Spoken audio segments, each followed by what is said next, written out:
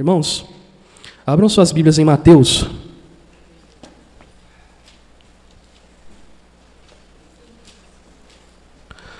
Hoje eu passei o dia conversando com meu pai a respeito das crianças, né, irmãos?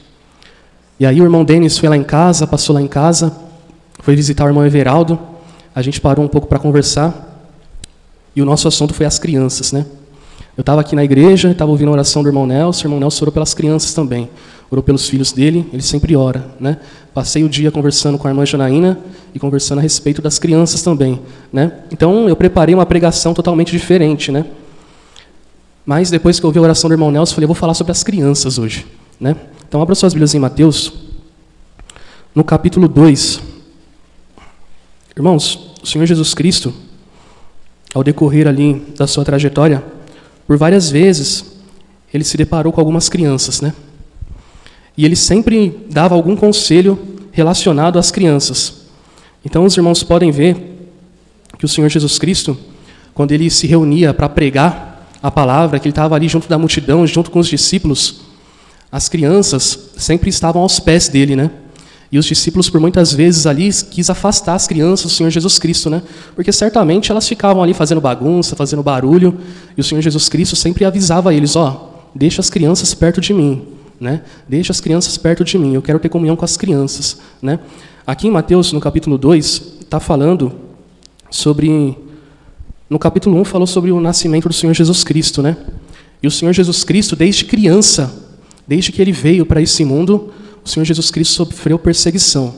A perseguição do Senhor Jesus Cristo não começou depois que ele começou o ministério dele, né? Ele começou o ministério dele com 30 anos, né? Mas a perseguição começou logo quando ele nasceu. Então a gente vai ler aqui no capítulo 2. No versículo 1 mesmo. Amém? E tendo nascido Jesus em Belém da Judéia, no tempo do rei Herodes, eis que uns magos vieram do Oriente a Jerusalém, dizendo, onde está aquele que é nascido o rei dos judeus? Porque vimos a sua estrela no Oriente e viemos adorá-lo. E o rei Herodes, ouvindo isto, perturbou-se, e toda Jerusalém com ele. E congregados todos os principais sacerdotes e os escribas do povo, perguntou-lhes aonde havia de nascer o Cristo. E eles lhe disseram, em Belém da Judéia, porque assim está escrito pelo profeta. E tu, Belém, terra de Judá, de modo nenhum és a menor entre as capitais de Judá, porque de ti sairá o guia que há de apacentar o meu povo. Então Herodes, chamando secretamente os magos, inquiriu exatamente deles acerca do tempo em que a estrela lhes aparecera. E enviando-os a Belém, disse, ide e perguntai diligentemente pelo menino, e quando o achardes, participai-mo, para que também eu vá e o adore. Então olha o plano aqui de Herodes, né? Herodes viu que os magos vieram lá do Oriente atrás de Jesus, e bateu nele ali uma inveja, né? Eu sou rei, e esses magos vieram lá do Oriente para adorar uma criança que acabou de nascer, que dizem que é o rei dos judeus, sendo que é eu que sou o rei. Então ele foi lá e falou assim, vai lá, e quando vocês acharem ele, traz notícia para mim, porque eu quero lá adorar ele também, né? Só que não era essa a intenção dele. Versículo 9. E tendo eles ouvido o rei, partiram, e eis que a estrela que tinham visto no Oriente ia diante deles, até que chegando se deteve sobre o lugar onde estava o menino. E vendo eles a estrela, regozijaram-se muito com grande alegria. E entrando na casa, acharam um menino, com Maria, sua mãe, e prostrando-se o adoraram. E abrindo os seus tesouros, ofertaram-lhe dádivas, ouro, incenso e mirra. E sendo por divina revelação, avisados num sonho para que não voltasse para junto de Herodes, partiram para a sua terra por outro caminho. Então, eles foram avisados, não vai lá e dá notícia para Herodes, não. Vai por outro caminho e desvia de Herodes, né? E assim eles fizeram. 13. E tendo ele se retirado, eis que o anjo do Senhor apareceu a José num sonho, dizendo, levanta-te, e toma o menino e sua mãe, e foge para o Egito, e demora-te lá até que eu te diga, porque Herodes há de procurar o menino para o matar. 14. Levantando-se ele, tomou o menino e sua mãe de noite, e foi para o Egito. E esteve lá até a morte de Herodes, para que se cumprisse o que foi dito da parte do Senhor pelo profeta que diz, do Egito chamei o meu filho. Então, Herodes se irou contra Jesus Cristo e quis matar, né? Então a perseguição do Senhor Jesus Cristo começou logo desde criança, né, irmãos? Então os irmãos percebem que, na verdade, Até lendo o Antigo Testamento mesmo, né? E assim ele fez aqui depois, né? Ele mandou matar aqui um monte de criança e assim ele fez, né? O Senhor Jesus Cristo fugiu, né? José e Maria levaram o Senhor Jesus Cristo para o Egito e voltou só depois que Herodes morreu, né? Só depois que havia outro rei. Irmãos, abram também suas Bíblias em Marcos. Sabendo que o Senhor Jesus Cristo foi perseguido quando criança, irmãos, a gente tem a consciência que o nosso inimigo, ele não respeita nem cor. Então, você pode ser preto, você pode ser branco, você pode ser gordo, magro, careca, cabeludo, não importa. O diabo ele não respeita ninguém. Você pode ser criança, você pode ser adulto, você pode ser idoso. O nosso inimigo, ele opera e ele quer destruir com tudo e todos, né? Então, a importância da criança, ela sempre está aos pés do Senhor Jesus Cristo. A criança, ela está sempre instruída, né? É importante, irmãos, aqui em Marcos, no capítulo 9, os irmãos vão ver outra situação com outra criança.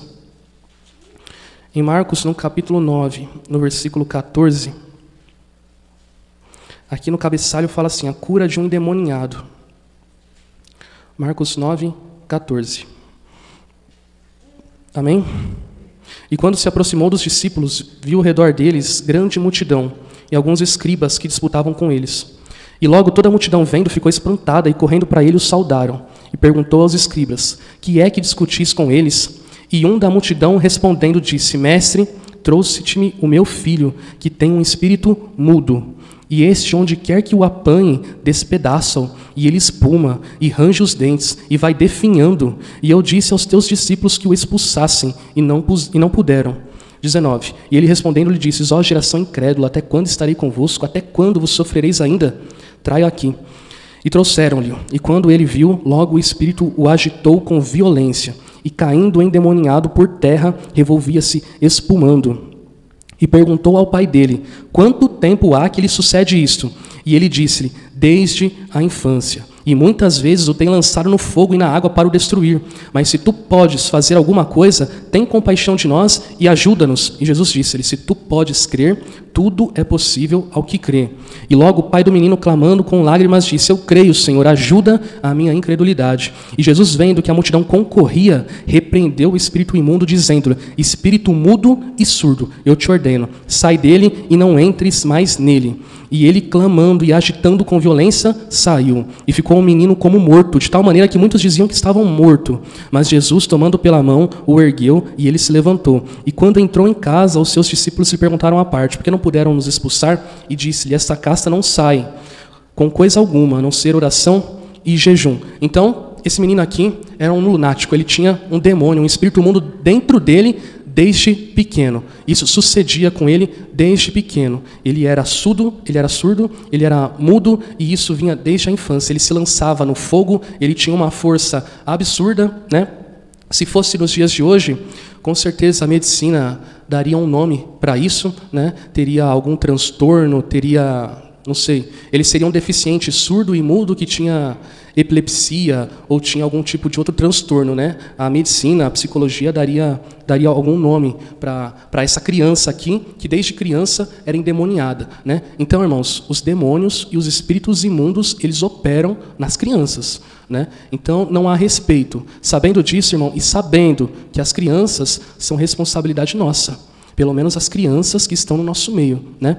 Eu, por muito tempo, eu achei que as crianças eram responsabilidades dos seus pais e das suas mães apenas, né? Mas hoje eu tenho certeza absoluta que as crianças, elas também são responsabilidade da igreja, porque não é uma criança normal. A criança que está no nosso meio, irmãos, é uma criança diferente. É uma criança que desde sempre e desde pequeno vai sofrer batalha espiritual, vai sofrer ataques espirituais, porque pensa, irmãos, que Satanás viu o Senhor Jesus Cristo nascer, e olhou e falou assim, ele é uma ameaça para mim. Aquela criança é uma ameaça para o reino de Satanás. Então eu vou acabar com ele enquanto ele é criança, enquanto ele ainda não pode fazer nada.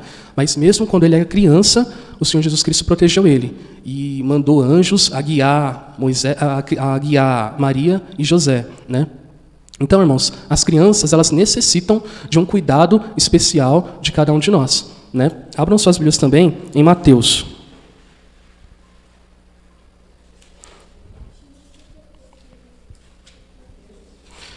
Mateus no capítulo 21.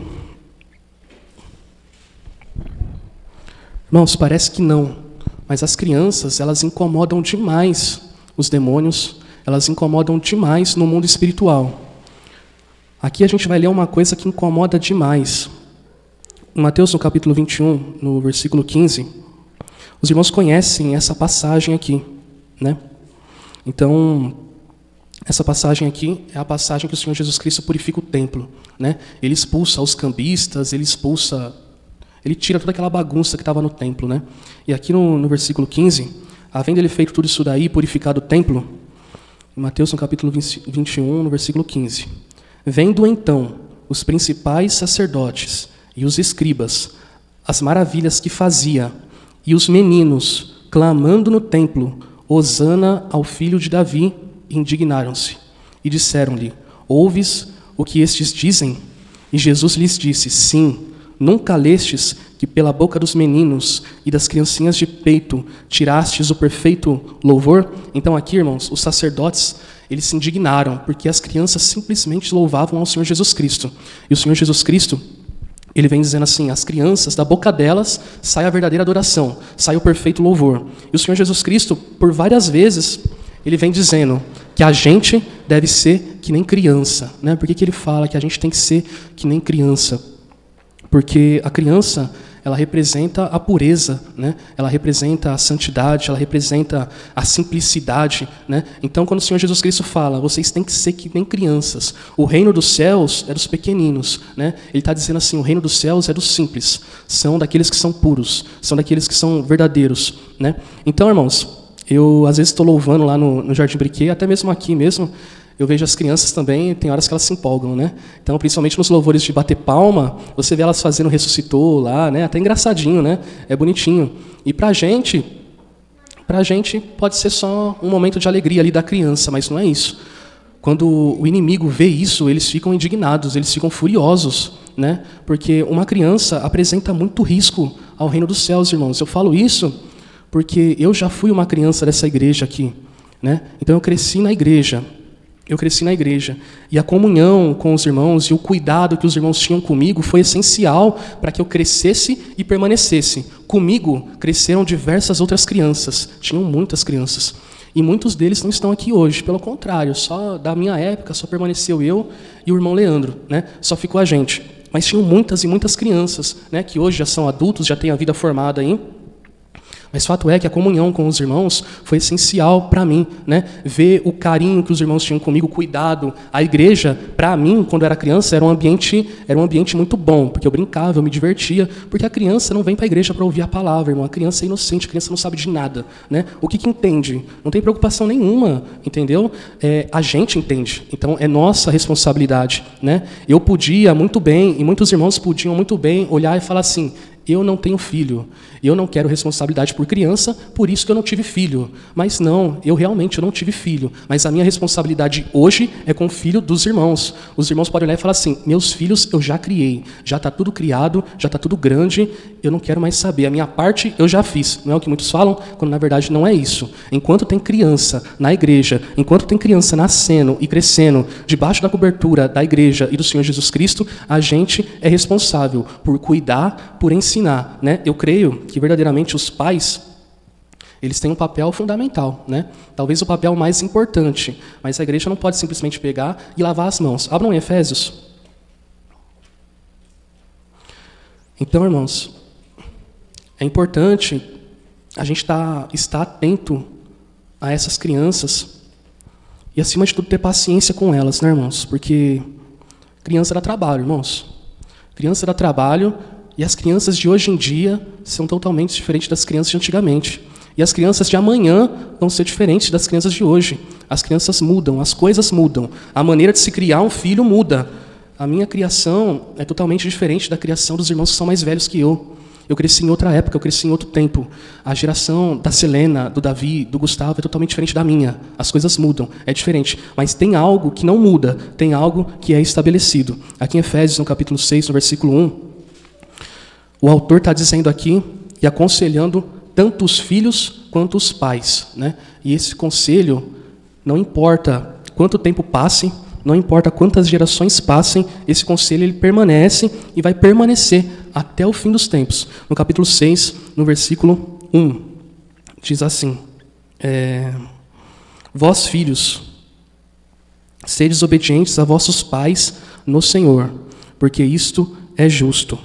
Honra teu pai e tua mãe, que é o primeiro mandamento com promessa, para que te vá bem e vivas muito tempo sobre a terra. Então, primeiramente, o conselho para filhos, né? Não necessariamente para criança, porque filho é filho, não importa a idade. Então, não importa se tem 5 anos, se é de colo ou se é marmanjo velho barbudo. Não importa, o conselho é mesmo. Você é filho, você tem um pai e você tem uma mãe, o conselho é esse: sede obedientes aos vossos pais no Senhor, porque é justo. Quer ter uma vida boa nessa terra? Honra o teu pai e a tua mãe.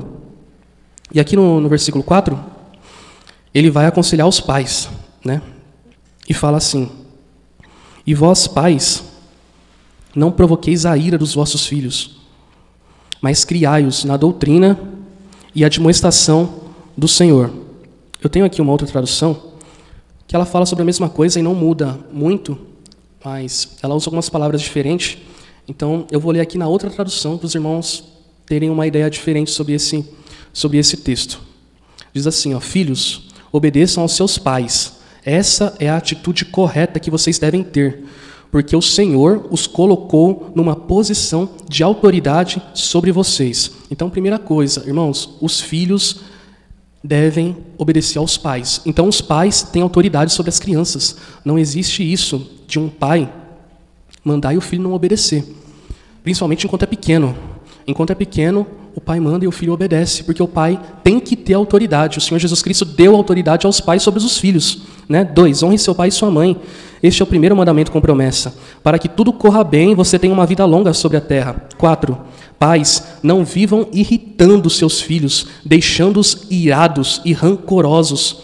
Antes, eduquem-nos com a disciplina amorosa que o próprio Senhor aprova, com recomendações e conselhos. Então, os pais, eles têm que ter paciência com os filhos e repreender com amor, irmãos. Com amor, né?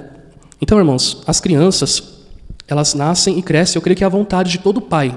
Todo pai que está na igreja, toda mãe que está na igreja, que o filho cresça e permaneça nos caminhos do Senhor Jesus Cristo. Eu creio que essa é a vontade de todos, até mesmo quando o filho já está velho, é a vontade do pai e da mãe que ele se converta e permaneça. Só que a gente tem que fazer a nossa parte, irmãos, e a nossa parte é interceder, a nossa parte é cuidar, é zelar, a nossa parte é tomar sobre cada um de nós a responsabilidade que a gente tem como igreja, sabendo que as crianças recebem ataques espirituais e que elas não têm estrutura para se defender, irmãos, elas não conseguem, entendeu? A gente consegue. Então, a criança está debaixo da cobertura do pai e da mãe. E quando o pai e a mãe é descrente, como que faz? A criança está perdida? Ou quando o pai crê no Senhor Jesus Cristo e a mãe não crê, como que essa criança fica? Ou então, quando os dois pais não creem, só os avós creem, como que essa criança fica? Essa criança precisa da igreja, essa criança precisa da gente. Então, essa criança vai ter que ter como espelho a gente. Não é o pai mundano e não é a mãe mundana. Vai ter que ter como espelho o avô e a avó, que é cristão, vai ter como espelho cada um de nós. Então, irmãos, a gente cuida das crianças, né? As crianças dão trabalho, as crianças muitas vezes tiram a paciência, né? Mas é responsabilidade nossa, não tem para onde correr. Se a gente quiser que realmente o Senhor Jesus Cristo faça uma obra completa na vida delas e que elas cresçam nos caminhos do Senhor Jesus Cristo, é nosso papel, cuidar e zelar. Amém, irmãos? Eu falo isso porque dentro da nossa igreja tem crianças de tudo que é jeito, irmãos. Tem criança que os pais são convertidos, tem crianças que os pais não são, tem crianças que o lar é dividido, que metade do lar crê e metade do lar não crê. E como a gente leu, o Senhor Jesus Cristo enfrentou luta e dificuldade desde criança. Essas crianças são afligidas. São afligidas. Eu não vou falar para os irmãos que toda enfermidade que elas têm é demônio, que tudo é demônio. Não, não é isso, né? Mas eu posso dizer para os irmãos que ter uma cobertura é essencial. né? A gente sabe que as enfermidades atacam a gente, que os espíritos imundos querem nos destruir, que o diabo vem para roubar, para matar e para destruir, e eles querem destruir comigo, eles querem destruir com os irmãos e querem destruir com as crianças, porque as crianças representam um risco para ele, porque eu não vejo de maneira nenhuma que o nosso inimigo quer que essas crianças cresçam e permaneçam, não é da vontade dele. Pelo contrário, quanto antes tirar essas crianças do meio de nós, melhor para ele, entendeu? Então ele vai operar na vida dos pais, ele vai operar na vida delas, ele vai operar e vai mover os pauzinhos dele. E se a gente não se movimentar também, a gente vai ver cada dia mais e mais as crianças crescendo e se desviando e a vida sendo destruída. Porque eu vi crianças crescendo nessa igreja que hoje estão afundadas em droga, que hoje estão afundadas no mundo do roubo, que hoje estão toda torta, entendeu? Então, acontece, entendeu? Acontece. E é culpa da gente? Não é culpa da gente, irmãos. Mas fato é que toda criança, uma hora, tem que tomar a decisão. Eu tive que uma hora tomar minha decisão. Meu pai chegou em mim e falou assim, agora você está grande, você tem 15 anos, você sabe o que é certo, o que é errado. Antes, eu te arrastava para a igreja comigo. Antes, eu pegava você e falava assim, você vai para a igreja. Hoje eu não vou mais fazer isso com você. Você vai, se você quiser. Toma a sua decisão. Se você quiser se batizar, você se batiza. Se você não quiser se batizar, também fica a seu critério. Você já sabe decidir, você já é grande. Entendeu? E a partir daquele momento, irmãos, o que eu levei em consideração? Foi a comunhão com os irmãos. Eu gostava da igreja, eu gostava dos irmãos, entendeu? Eu amava os irmãos. Desde pequeno, eu sempre tive respeito, eu sempre considerei os irmãos como pais, como mães. Então, isso foi importante para mim permanecer. Então, irmão, essas crianças, elas têm que considerar a gente, elas têm que amar a gente, elas têm que encontrar na igreja um ambiente legal, um ambiente gostoso, um ambiente que agrade elas, entendeu? Então, o Bernardo, quando ele precisar tomar a decisão dele, ele tem que levar em consideração o avô dele, a avó dele, ele tem que levar em consideração a mim e a vocês. A mesma coisa é com a Selena. Quando ela precisar tomar a decisão dela, ela tem que levar em conta. Peraí, eu amo meus irmãos ou eu não amo meus irmãos? Se ela não amar os irmãos, ela vai se perder, vai ficar no mundo. Agora, se a gente cuidar e zelar, quando ela precisar tomar a decisão dela, eu tenho certeza que ela vai permanecer, entendeu? Que ela vai seguir nos caminhos do Senhor Jesus Cristo, o Espírito Santo vai sustentar ela, e assim é com todas, com todas. Não importa qual seja a criação da criança, não importa se o pai é crente ou é descrente. Quando ela precisar tomar a decisão, eu permaneço na igreja ou agora eu vou seguir minha vida do jeito que eu quiser? Entendeu, irmãos? Então é importante, irmãos, é importante a gente cuidar e zelar dessas crianças. Cada uma é de um jeito. Cada uma tem uma criação diferente, cresce de um jeito diferente.